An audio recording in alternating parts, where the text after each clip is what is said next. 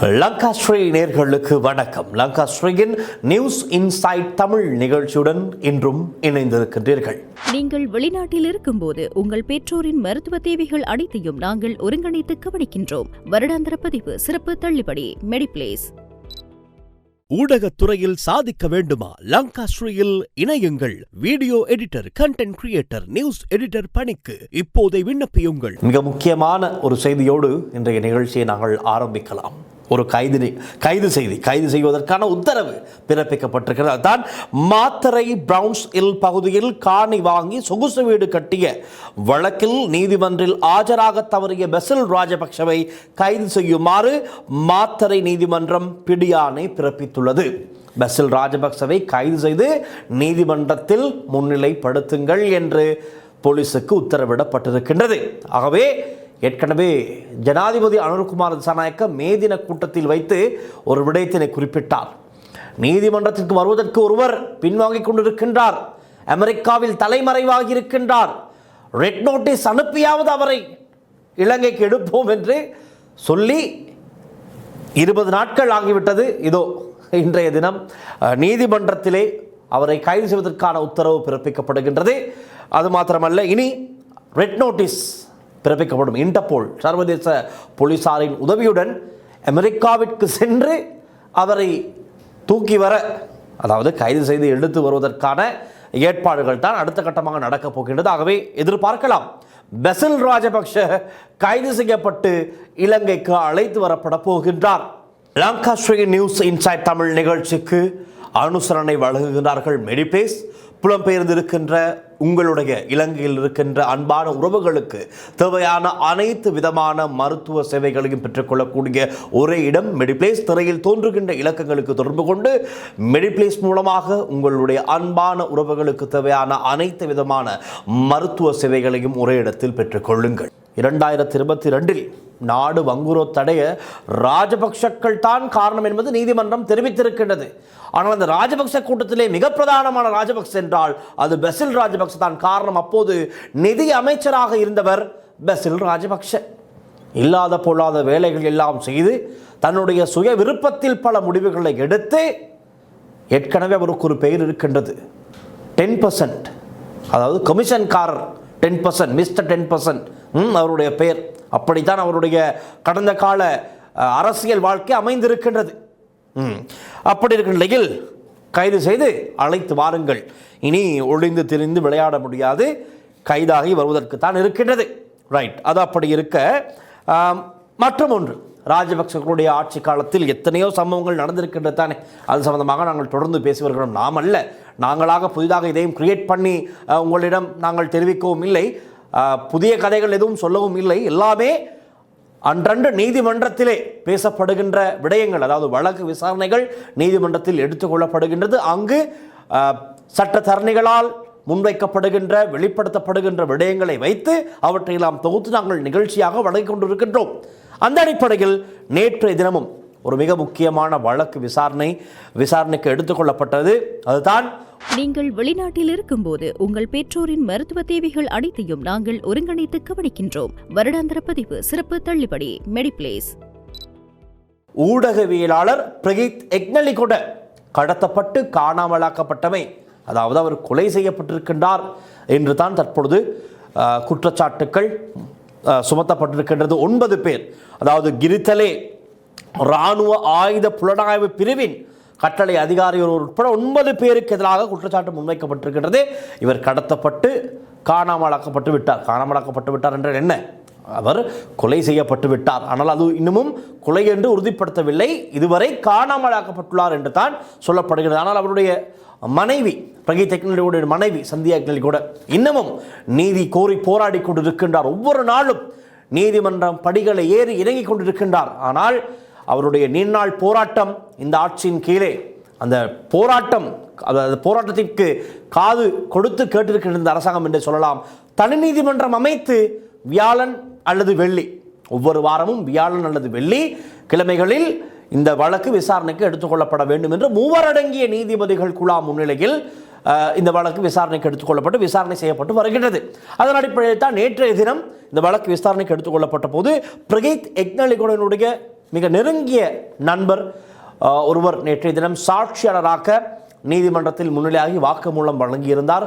அழுது புலம்பி இருக்கின்றார். நீதிமன்றத்தில் அந்த கூண்டில் இருந்து அவர் சாட்சி வழங்கும் போது அவரை அறியாமலேயே கண் கலங்கி அழுது கொண்டு தான் சாட்சியங்களை வழங்கியிருக்கின்றார்.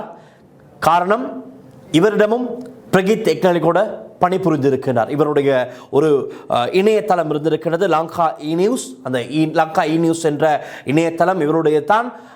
இவருக்கு கீழே, அதாவது இவருடைய கோரிக்கைக்கு அமைய பிரகீத் எக்னலிகோட அந்த இணையதளத்துக்கும் செய்திகள் எழுதியிருக்கின்றார். பிரகீத் எக்னலிகோட ஒரு கார்ட்டூனிஸ்ட், ரைட், அரசியல் விமர்சகரும் கூட. அப்போதைய அரசாங்கம் செய்த ஊழல் மோசடிகள் குறித்து பல செய்திகளை அப்பட்டமாக எழுதி வந்த ஒருவர். பல செய்திகளை பயப்படாமல், அச்சப்படாமல் தைரியமாக எழுதி வந்த ஒருவர். ஆகவே தான் அவருக்கு இன்று இந்த நிலை இவ்வாறு அமைந்திருக்கின்றது. அவர் இன்று காணாமல் போயிருக்கின்றார். என்ன நடந்தது என்பது குறித்தான் தேடிக்கொண்டிருக்கிறார்கள். பார்க்கலாம் நேற்றைய வழக்கு விசாரணையின் போது என்னென்ன பேசப்படுது என்று.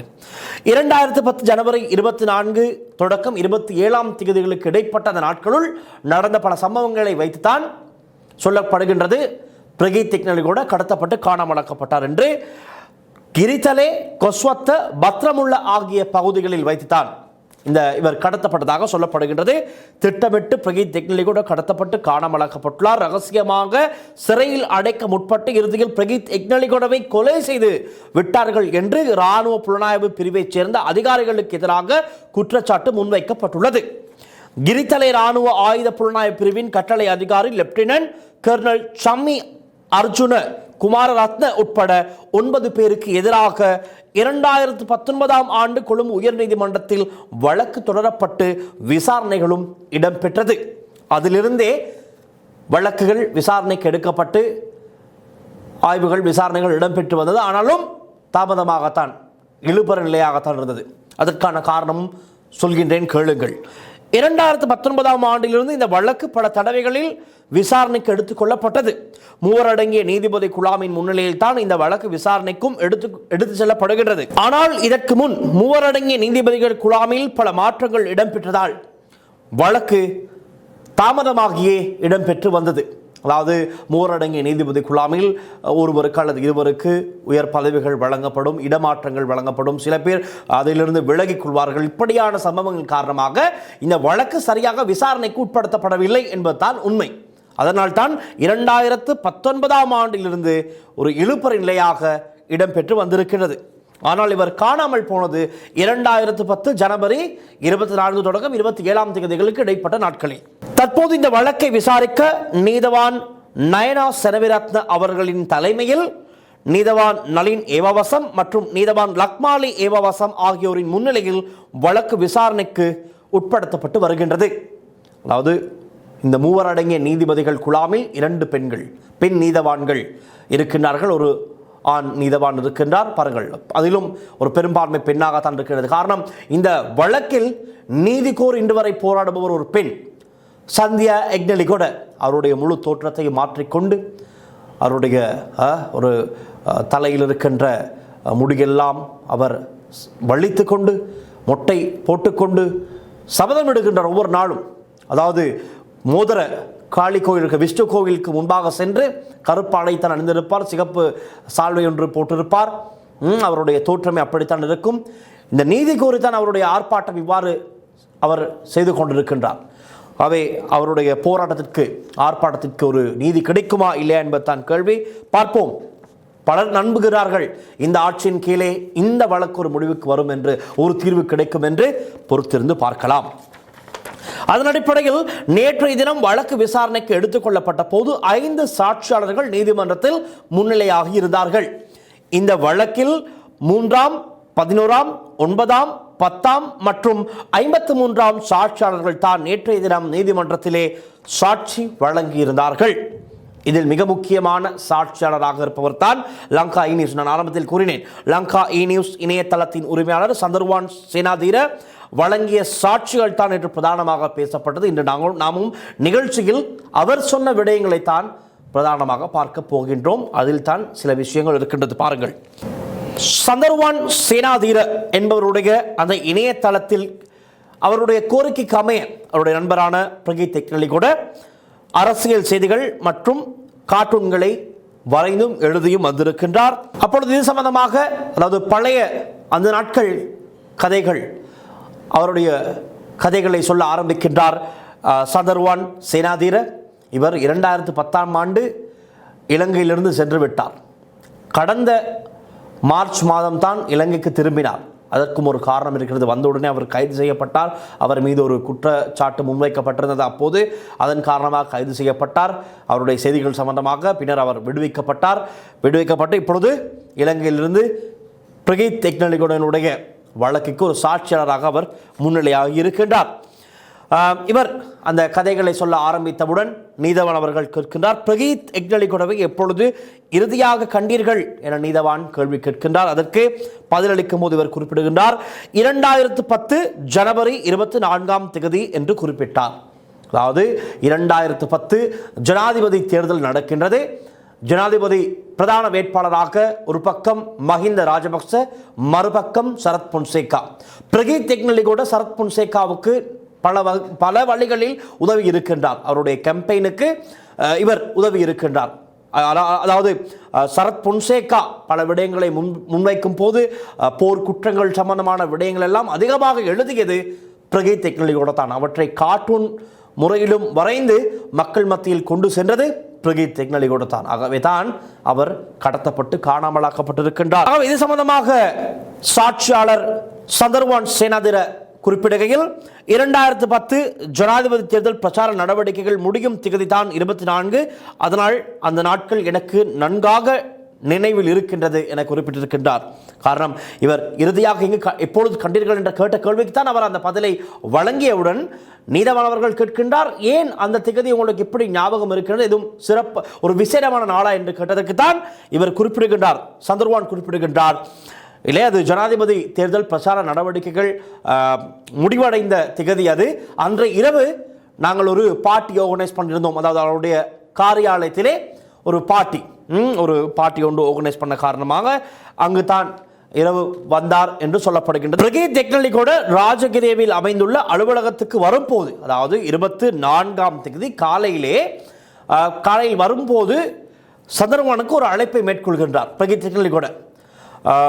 சந்தர்வான் இப்படித்தான் வீட்டு முன்பாக ஒரு வெள்ளை வேன் நிற்கின்றது என்று குறிப்பிட்டிருக்கின்றார்.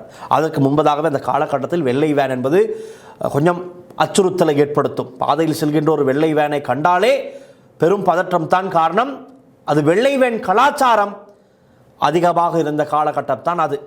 ஆகவே பிரகீத் தெக்னலி கூட ராஜகிரியவில் அமைந்திருக்கின்ற அவருடைய அலுவலகம் இந்த செய்தி ஊடகம் அந்த இணையதள அங்குதான் அந்த பணிகள் எல்லாம் முன்னெடுக்கப்பட்டிருக்கின்றது. அதற்கு காலையிலேயே தயாராகி வருகை தரும் போது வீட்டு முன்பாகவே ஒரு வெள்ளை வேன் இருந்திருப்பதை அவதானித்திருக்கிறார். உடனடியாக சதர்வானுக்கு தொலைபேசி மூலம் தொடர்பை மேற்கொண்டு, மச்சான் இப்படித்தான் ஒரு வெள்ளை வேன் நிற்கின்றது என்பதை சொல்லியிருக்கின்றார். ஆனால் இவர் வீட்டிலிருந்து சொல்லவில்லை, பாதி தூரம் இவர் வந்துவிட்டார். உடனடியாக சந்தர்வான் சொல்கிறார், அப்படி என்றால் நீர் இன்று பணிக்கு வராது, அலுவலகம் வராது, ஆஃபீஸுக்கு வராது, நீ வீட்டிலேயே இரு என்று சொன்னதும் பிரகீத் தெக்னலி கூட குறிப்பிட்டிருக்கிறார், நான் பாதி தூரம் வந்துவிட்டேன், ஆனாலும் எனக்கு கொஞ்சம் சந்தேகமாக இருக்கின்றது என்று பிரகீத் தெக்னலி கூட குறிப்பிட்டிருக்கின்றார். ரைட், அப்படியே சொல்லிவிட்டு ஆஃபீஸுக்கு வந்துவிட்டார். ராஜகிரியில் அமைந்திருக்கின்ற ஆஃபீஸுக்கு பிரகீத் தெக்னலி கூட வந்திருக்கின்றார். அதே நாள் இரவு நேரமும் இ நியூஸ் ஆஃபீஸுக்கு முன்பாக, ராஜகிரியில் அமைந்திருக்கின்ற ஆஃபீஸுக்கு முன்பாக வெள்ளை வேன் ஒன்று நிற்பதை சந்தர்வானும் கண்டிருக்கின்றார், அவதானித்திருக்கின்றார். ஆகவே கொஞ்சம் சந்தேகம்தான். வெள்ளை வேன் கலாச்சாரம் அதிகமாக பேசப்பட்ட காலப்பகுதி அது. பிரகீத் தெக்னலியுடைய வீட்டிற்கு முன்பாகவும் வெள்ளை வேன் ஒன்று இருந்திருக்கின்றது. இப்பொழுது சந்தர்வானுடைய அந்த அலுவலகம் இருக்கின்றது, அவருடைய அலுவலகத்துக்கு முன்பாகவும் வெள்ளை வேன் ஒன்று இருந்திருக்கின்றது. சந்தேகம், ஆனால் பெரிதாக இதை கண்டுகொள்ளவில்லை. அன்றைய தினம் 24ஆம் தேதி ஜனவரி 2010 ஜனவரி 24ஆம் தேதி இப்போ அலுவலகத்தில் தான் பிரகீத் தெக்னலி கூட இருக்கின்றார். பிரகீத் தெக்னலி கூடவுக்கு தொடர்ந்து தொலைபேசி அழைப்பு ஒன்று வந்து கொண்டிருக்கின்றதா. இவரும் பேசுகிறார், பிறகு வருகிறது, பேசுகிறார். அப்பொழுது இதை சுற்றியிருந்த அவதானித்தவர்கள் என்ன சொல்கிறார்கள் என்றால், இல்லை மச்சான், என்னை சந்திக்க ஒருவர் வருகிறார், ராஜகிரிய காகில்ஸிடம் தான் என்னை வர சொல்கிறார், நான் செல்ல வேண்டும் என்று அந்த பாட்டியெல்லாம் இடம்பெற்றுக் கொண்டிருக்கின்றது. பாட்டியின் நடுவிலே இவர் சென்றிருக்கிறார். சொல்லிவிட்டு தான் சென்றிருக்கிறார். நான் போயிட்டு வரேன் என்று சொல்லிவிட்டு சென்றிருக்கிறார். அதற்கு முன்பதாக ஒரு சம்பவம் நடந்திருக்கின்றது. அந்த வந்த தொலைபேசி அழைப்புகள் குறித்து அவதானித்த சந்தர்பன் என்ன செய்திருக்கிறார், அவருடைய தொலைபேசியிலும் அந்த ஃபோன் நம்பரை நோட் செய்து அவருடைய தொலைபேசியிலும் ஒரு அழைப்பை மேற்கொண்டு இருக்கிறார். அப்படித்தான் அவருடைய தொலைபேசிக்கு அந்த இலக்கம் வந்திருக்கின்றது. பிறகு இரவு 2010 ஜனவரி 24 இரவு 7 மணிக்கு ஆபீஸில் இருந்து வெளியேறுகிறார் பிரகீத் எக்னலிகொட. ராஜகிரிய காகில் சர்க்கிள் செல்வதாகத்தான் சொல்லிவிட்டு செல்கிறார். அந்த இடத்திலே இவர் இந்த கதையை சொல்லிக் கொடுக்கிற போது அந்த இடத்திலே நீதவான் அவர்கள் ஒரு கேள்வி கேட்டிருக்கிறார். பிரகீத் எக்னலிகொடவுக்கு வாகனங்கள் எதுவும் இருந்ததா, அப்போது அவர் எதுவும் வாகனங்கள் பயன்படுத்தினாரா என்று இவர் குறிப்பிடுகின்றார். இல்லை, அவர் நடந்து தான் வருவார், நடந்து தான் செல்வார் என்று குறிப்பிடுகிறார். உண்மையாகவே இந்த இடத்தில் ஒன்று சொல்ல வேண்டும், அப்போதும் சரி இப்போதும் சரி, ஊடகவியலாளர்கள் என்றால் இந்த வாகனங்கள் எல்லாம் வாங்கும் அளவுக்கு இல்லை, அதை சொல்லியே ஆக வேண்டும். தனியாக நடந்து செல்வதும் அல்லது பைக்கில், அதிகமானோர் பைக்கில் தான், நான் அறிந்த வகையில் பல ஊடகவியலாளர்கள் பைக்கிலும் பேருந்துகளிலும் தான் பயணம் செய்கிறார்கள். ஆனால் இப்போ என்னை போன்ற ஊடகவியலாளர்கள், இவ்வாறான அரசியல் கருத்துக்களை முன்வைப்பவர்கள், இன்று ஏதோ நடந்து செல்கின்றோம், பைக்கில் செல்கின்றோம், ஒரு சிறிய அச்சம் இருக்கும் தான், பதற்றம் இருக்கும் தான், இருந்தாலும் செல்கின்றோம். ஆனால் அந்த ஆட்சி காலங்களில் இப்படியெல்லாம் பேசிவிட்டு வெளியே இறங்கினாலே இது இருக்கிறது ஆதாரம், வெள்ளை வேன் வந்து அதுதான் அழைச்சென்று அடுத்த கட்ட நடவடிக்கைகளை செய்து விடுவார்கள். இது அந்த காலத்திலிருந்து ஒரு பயங்கரமான சம்பவம். சொல்வதற்கு என்ன, இன்று ஆனால் அந்த சூழல் மாறி இருக்கின்றது. என்னத்தான் நாங்கள் இவ்வாறெல்லாம் அரசியல் ரீதியான கருத்துக்களை விமர்சித்து பேசினாலும் கூட பாதையில் செல்கின்றோம், அதையும் சொல்லிக்கொண்டு பிரகீத் எக்னலிகொட அவ்வாறு தான் அன்று இரவு நண்பர்களிடம், அந்த அலுவலகத்தில் இருந்தவர்களிடம் சொல்லிவிட்டு, ஏனையோர் பாட்டியில் இருக்கின்றார்கள், இவர் மாத்திரம் சொல்லிவிட்டு செல்கின்றார், நடந்து செல்கின்றார். அப்படி தனியாக நடந்து செல்லும் போது தான் பிரகீத் எக்னலிகொட கடத்தப்பட்டிருக்கின்றார். மறுநாள் 25 யாரும் கண்டுகொள்ளவில்லை. பிரகீத் எக்னலிகொட வீட்டிற்கு சென்றிருப்பார் என்று தான் அலுவலகத்தில் பாட்டியில் இருந்து அனைவருமே நம்பியிருக்கின்றார்கள். 25 பிரகீத் எக்னலிகொடவின் மனைவி சந்தியா எக்னலிகொட சந்தர்வான் அவர்களுக்கு தொலைபேசி அழைப்பை மேற்கொண்டு பிரகீத் இன்னும் வீட்டிற்கு வரவில்லை என்று கொஞ்சம் பதற்றத்திலே தெரிவித்திருக்கின்றார். இதை அறிந்த நண்பர்கள் என்றால் அந்த அலுவலகத்தில் இருந்த அனைவருமே சற்று பயந்திருக்கிறார்கள், அச்சப்பட்டிருக்கிறார்கள். என்ன நடந்தது, ஏது நடந்தது என்று தேட ஆரம்பித்திருக்கின்றார்கள். இரவு தேடவில்லை, சென்றிருப்பார் என்று தான் நினைத்துவிட்டு அனைவரும் அவர்களுடைய வேலைகளில் இருந்திருக்கிறார்கள். 25 தொடக்கம் தேட ஆரம்பித்ததும் தான் பிரகீத் எக்னலிகொட சம்பந்தமாக எந்த விதமான தகவலும் இல்லை. ரைட், ஓகே என்று அந்த தொலைபேசி இலக்கம் ஒன்று இருக்கிறது தானே, யாருடைய, சந்தர்வானுடைய தொலைபேசியில் அந்த அன்று அடிக்கடி வந்த தொலைபேசி இலக்கம் ஏற்கனவே அவர் ஒரு டயல் செய்திருக்கிறார், கோல் ஒன்றை எடுத்திருக்கிறார். அந்த தொலைபேசி இலக்கத்திற்கு அழைப்பை மேற்கொண்டு பார்க்கின்றார்கள், ஃபோன் ஆஃப். பிரகீத் எக்னலிகொடவினுடைய தொலைபேசிக்கு அழைப்பை ஏற்படுத்தி பார்க்கின்றார்கள், ஃபோன் ஆஃப். ஆகவே இன்னும் சற்று பதற்றம் அதிகரிக்கின்றது. அடுத்து என்ன செய்கின்றார்கள், அந்த தொலைபேசி இலக்கத்தை சந்தர்வான் அவர்களுடைய நண்பர்கள் தொலைத்தொடர்பு நிறுவனங்கள் இருப்பதால் அவர்களை தொடர்பு கொண்டு இந்த இலக்கத்தை கொடுத்து இது யாருடையது, எங்கிருந்து இந்த கால்ஸ் வந்திருக்கின்றது என்பதை கொஞ்சம் தேடித்தா மச்சான் என்று சொன்னதும் அங்கிருக்கின்ற நபர்கள் இது கிரித்தலையில் இருக்கின்ற ஒரு டவரில் இருந்து தான் இந்த பிரகீத் எக்னலிகொடனுடைய தொலைபேசி இலக்கத்துக்கு கால்ஸ் வந்திருக்கின்றது. கிரித்தலே அங்கு ஒரு முகாமும் இருக்கின்றது. ரைட், ஏதோ ஒரு விதத்தில் அங்கு இருக்கின்ற டவரில் இருந்து தான் அழைப்புகள் பிரகீத் எக்னலிகொடனுடைய தொலைபேசிக்கு கால்ஸ் வந்திருப்பதாக கண்டுபிடிக்கின்றார்கள். ஆனால் இதை சொன்னதும் நீதிமன்றத்தில் நேற்று வழக்கு விசாரணைக்கு எடுத்துக்கொள்ளப்பட்ட போது நீதிவானை முன்னிறுத்தி எதிர்த்தரப்பில் இருக்கின்ற சட்டத்தரணிகள் சற்று இடைமறித்து அதேபடி நீங்கள் 3ஆம் தரப்பினர் சொன்னதை சாட்சியாக இங்கு சொல்வீர்கள், அது அப்படி சட்டத்தில் இடமில்லை, 3ஆம் தரப்பில் யாரோ ஒரு சொன்ன கருத்தை நீங்கள் இங்கு சாட்சியாக சொல்ல முடியாது என்று சொல்லியிருக்கின்றார். அதற்கமே நீதவான் அவர்களும் அந்த கருத்தை சொல்லியிருக்கின்றார்கள்.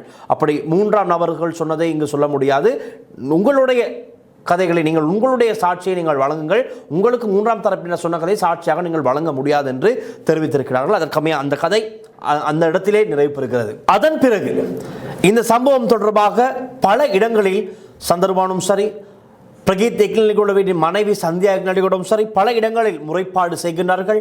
போலீஸ், சிஐடி எல்லா இடங்களிலும் முறைப்பாடு செய்து விசாரணைகளை ஆரம்பிக்குமாறு தீவிரப்படுத்துமாறு சொல்கின்றார்கள். அதன் பிறகு நடக்கின்றது. பல இடங்களில் சந்தர்வானும் சென்று வாக்குமூலம் வழங்குகின்றார், சாட்சியம் வழங்குகின்றார். பிறகுதான் அச்சம் காரணமாக ஒரு அச்சம் இவருக்கும் ஏற்பட்டிருக்கின்றது.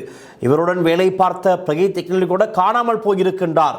அடுத்த டாக்டர் இவராக இருக்கலாம் என்ற காரணத்தினால் இவர் அவருடைய பாதுகாப்பை கருத்தில் கொண்டு நாட்டிலிருந்து வெளியேறி 2010ஆம் ஆண்டு பிரித்தானியாவுக்கு சென்றதாக சந்தர்வான் நீதிமன்றத்தில் தெரிவித்தார். தன் போது சொல்லும் போதுதான் அழுதிருக்கின்றார் சந்தர்வான். அவர்கள் அழுது தான் சொல்லியிருக்கிறார் இந்த கதையை.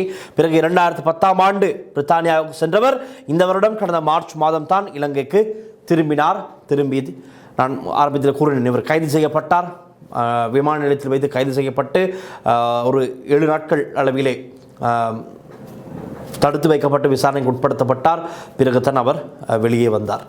அது ஒரு கதை. ஆனால் இந்த பிரகீத் எக்னலிகோட சம்பவம் குறித்து புதிதாக சொல்வதற்கு ஒன்றுமில்லை. நேற்றைய தினம் நாங்கள் பார்த்தோம் நியூஸ் இன்சைட் தமிழ் நிகழ்ச்சியில். என்ன, சுரேஷ் சலே இராணுவ புலனாய்வு பிரிவு அதிகாரிகள் பிள்ளையான் குழுவோடு சேர்ந்து என்னென்ன குற்றச்செயல்களை செய்தார் என்று அசத் மௌலான ஒரு வாக்குமூலம் கொடுத்தார். அந்த வாக்குமூலத்தில் முதலாவதாக இருப்பது பிரகீத் எக்னலிகோடவை கடத்தி காணாமலாக்கி கொலை செய்யப்பட்டமை தான். ஆகவே எல்லாம் கனெக்ட் ஆகின்றது. இராணுவ புலனாய்வு பிரிவு பிள்ளையான் குழுவுடன் சேர்ந்து செய்த கடத்தல் கொலைகளில் அந்த லிஸ்டிலே பிரகீத் எக்னலிகோடவினுடையும் சம்பவம் உள்ளடக்கப்படுகின்றது. அதைத்தான் இப்பொழுது நிரூபிப்பதற்கு விசாரணை அதிகாரிகள் செயற்பட்டு வருகின்றார்கள். அதற்கான ஆதாரங்களை திரட்டி வருகின்றார்கள். அப்போதைய அரசாங்கத்துக்கு எதிராக விமர்சனங்களை எழுப்புபவர்கள், எதிராக செய்தி பதிவுபவர்கள் எல்லாம் இவ்வாறு தான் கடத்தி கொலை செய்யப்பட்டார்கள். அந்த சம்பவங்கள் குறித்து பல சாட்சிகள் இல்லாமலாக்கப்பட்டது அந்த ஆட்சி காலங்களிலே. அதைத்தான் தேடி அவற்றுக்கெல்லாம் நீதி பெற்றுக் கொடுக்க தற்போதைய விசாரணை அதிகாரிகள், இந்த ஆட்சியின் கீழே விசாரணை அதிகாரிகள் செயற்பட்டு வருகின்றார்கள். இதன் காரணமாகத்தான் பலரும் பலவிதமாக பதற்றத்திலே அங்குமிங்கும் ஓடிக்கொண்டிருக்கின்றார்கள், வாய்ஸ் கட்டுகள் கொடுக்கின்றார்கள். எது எப்படி இருப்பினும் இந்த வழக்கு சம்பந்தமாக நேற்றைய தினம் சந்தியா எக்னலிகோட ஊடகங்களுக்கு கருத்து வைக்கும் போது, இந்த வழக்கு விசாரணை நிறைவு பெற்று ஊடகங்களுக்கு கருத்து வைக்கும் போது அவர் சொல்கிறார், கோட்டாபே ராஜபக்ச தான் அப்பொழுது பாதுகாப்பு செயலாளர், அவருடைய குழுவினர் தான் பிரகீத் எக்னலிகோடவை கடத்தி கொலை செய்திருக்கிறார்கள் என்று குறிப்பிடுகின்றார். அதற்கான எல்லா ஆதாரங்களும் இருப்பதாக சொல்கின்றார். அப்படி ஒன்று தான் அசத் மௌலானாவுடைய வாக்கு மூலமும் கூட. அவரும் அவருடைய வாக்கு மூலத்தில் தெரிவிக்கின்றார், அரசாங்கத்துக்கு எதிராக பேசியவர்களை இராணுவ புலனாய்வு அதிகாரிகளோடு சேர்ந்து இந்த குழு என்னென்ன செய்தது என்று. ஆகவே இங்கு சொல்லப்படுவதும் அங்கு சொல்லப்படுவதும் எல்லாம் ஒன்றாகத்தான் இருக்கின்றது. இனி பிரகீத் எக்னலிகோடவை எப்படி கொலை செய்தார்கள் என்பதும் மிக விரைவில் வெளியாகிவிடும். அதற்கு தான் காத்திருக்கின்றார்கள். யார் கொலை செய்தது, ஏன் கொலை செய்தார்கள், எவ்வாறு கொலை செய்தார்கள் என்ற விடயங்கள் இனிவரும் நாட்களில் தெரிந்து கொள்ளக்கூடியதாக இருக்கும். பார்க்கலாம். எது எப்படியோ நீதி கிடைக்க வேண்டும். இந்த அநியாய அக்கிரமங்களை எல்லாம் செய்தவர்கள் சட்டத்தின் முன் நிறுத்தப்பட வேண்டும். நீதி கிடைக்க வேண்டும். இந்த தரப்பினருக்கு சந்தியா எக்னலிகோடவினுடைய போராட்டத்திற்கு ஒரு நீதி கிடைக்க வேண்டும். இன்று கூட பல்லேகம ஏமரத்ன தேரருடைய அட்டமஸ்தான தலைமை தேரர் பல்லேகம ஏமரத்ன தேரருடைய வழக்கு விசாரணைக்கு எடுத்துக்கொள்ளப்பட்டது. முகமெல்லாம் மூடி அவர் அனுராதபுர நீதிமன்றத்திற்கு அழைத்து வரப்பட்டார். அதில் ஒரு தகவல் வெளியானது. 88 தடவைகள் அந்த சிறுமிக்கு இந்த தேரர் கோல் செய்திருக்கின்றார். பார்த்துக் கொள்ளுங்கள், 88 தடவைகள். இப்பொழுது உங்களுக்கு கேள்வி எழலாம், 11 வயது சிறுமி பெயரில் சிம் அட்டை எப்படி எடுத்தார்கள், எப்படி ஃபோன் யூஸ் பண்ணுகிறார் என்றெல்லாம் உங்களுக்கு கேள்வி எழலாம். அதற்கான பதில் நீதிமன்றத்திலே சொல்லப்பட்டிருக்கின்றது. வீட்டில் பயன்படுத்திய தொலைபேசி அவர் பயன்படுத்தி இருக்கின்றார். பல கதைகள் இருக்கின்றது. ஆனால் ஒரு தேரருக்கு 11 வயது சிறுமிக்கு 88 தடவை கோல் எடுக்க என்ன காரணம்? பல பிரச்சனைகள் இருக்கிறது. எதெப்படியோ வழக்கு இந்த விசாரணையின் முடிவில் தேரருக்கு பிணையும் வழங்கப்பட்டது. பிணையில் அவர் வெளியே சென்றார். உங்களுடைய கருத்துக்களை கீழே கமெண்ட் செக்ஷனில் எழுதுங்கள். பார்க்கலாம். இந்த வழக்கு விசாரணை தொடர்ந்தும் செல்லும். பிணையில் வெளியே சென்றாலும் அவர் விடுதலை செய்யப்படவில்லை. விசாரணைகள் தொடரும். இது போலீஸ் அதிகாரிகள், நிட்டம்புவ போலீசார், நான் ஆரம்பத்தில் குறிப்பிட்டேன், இந்த விசாரணைகள் எல்லாம் முடிவு செய்து முழுமையான அறிக்கையை சட்டமாதிபர் திணைக்களத்துக்கு சமர்ப்பித்ததாக. அதிலும் ஒரு குழப்பம். இவர்கள் இந்த விசாரணையை முழுமையாக முடிக்கவில்லை என்ற ஒரு விடயம் இன்று நீதிமன்றத்திலே முன்னிலைப்படுத்தப்பட்டிருக்கின்றது, சொல்லப்பட்டிருக்கின்றது. டிஎன்ஏ டெஸ்ட் இல்லை, அதே போல் கோல் ரெக்கார்ட்ஸ் எதுவுமே செய்யப்பட்டில்லை. இப்படி பல கேப்புகள் இருக்கின்றது. அவையெல்லாம் சரியாக தேடி ஆராய்ந்து கண்டுபிடிக்கப்பட்டதன் பின்னர் தான் இந்த விசாரணை முழுமைப்படுத்தப்படும். அதன் பிறகுதான் முழுமையான ஆவணங்களை சட்டமாதிபர் திணைக்களத்துக்கு சமர்ப்பிக்க வேண்டும். ஆனால் இவர்கள் அவற்றையெல்லாம் முழுமைப்படுத்தாமலே சட்டமாதிபர் திணைக்களத்துக்கு இந்த ஆவணங்களை வழங்கியிருக்கிறார்கள். இதன் காரணமாக குற்றப்பத்திரிகை தாக்கல் செய்ய முடியாத ஒரு நிலை ஏற்பட்டிருக்கின்றது. இந்த வழக்கு சம்பந்தமாக நாங்கள் நாளைய நிகழ்ச்சியில் விவரமாக பேசுவோம். ஏதோ அதுவும் ஒரு முக்கியமான விடயம் என்பதால் தான் இன்று அதை சின்னதாக சொன்னேன். நாளை தினம் இன்னும் விவரமாக பார்க்கலாம். தொடர்ந்தும் லங்காஸ்ரீயுடன் இணைந்திருங்கள். இந்த எப்பொழுது நடக்கின்ற வழக்கு விசாரணைகள் சம்பந்தமாக, அதில் சொல்லப்படுகின்ற விடயங்கள் சம்பந்தமாக உங்களுடைய கருத்து என்ன? கீழே கமெண்ட் செக்ஷனில் எழுதுங்கள். அதே போல லங்காஸ்ரீ இன்னும் சப்ஸ்கிரைப் செய்யாதவர்கள் சப்ஸ்கிரைப் செய்து கொள்ளுங்கள். தொடர்ந்து ஒவ்வொரு வழக்கு விசாரணைகள் சம்பந்தமாகவும் நாங்கள் விவரமாக பேசப் போகிறோம். சில பேர் குறிப்பிடுகின்றீர்கள் வேகமாக சொல்லுங்கள் என்று. வேகமாக சொல்ல இதில் அவசரமாக சொல்வதற்கு ஒன்றுமில்லை. இதை நிதானமாக தேடி எழுதி உங்களுக்கு முழு விளக்கமும் வழங்க வேண்டும் என்ற ஒரு தேவை எனக்கு இருக்கின்றது. ஆழ் மனதில் பதிய வேண்டும். ஒவ்வொரு வழக்கும் அன்றன்றைக்கு என்னென்ன இடம்பெறுகின்றது என்பதை உங்களுக்கு நான் சொல்வதற்கு காரணமே அத்தான். ஒவ்வொன்றும் பதிய வேண்டும். இன்று சொல்லிவிட்டு நாளை கேட்டால் மறந்துவிடும் அளவுக்கு நாங்கள் எதையும் பேசிவிடக்கூடாது. மனதில் பதிய வேண்டும். அதற்காகத்தான் நான் உங்களுக்கு தெளிவாக இவ்வளவு விடயத்தையும் சொல்லி வருகின்றேன். கருத்துக்களை தொடர்ந்தும் எழுதுங்கள். மீண்டும் நாளை நிகழ்ச்சி நிற்கலாம். நன்றி, வணக்கம்.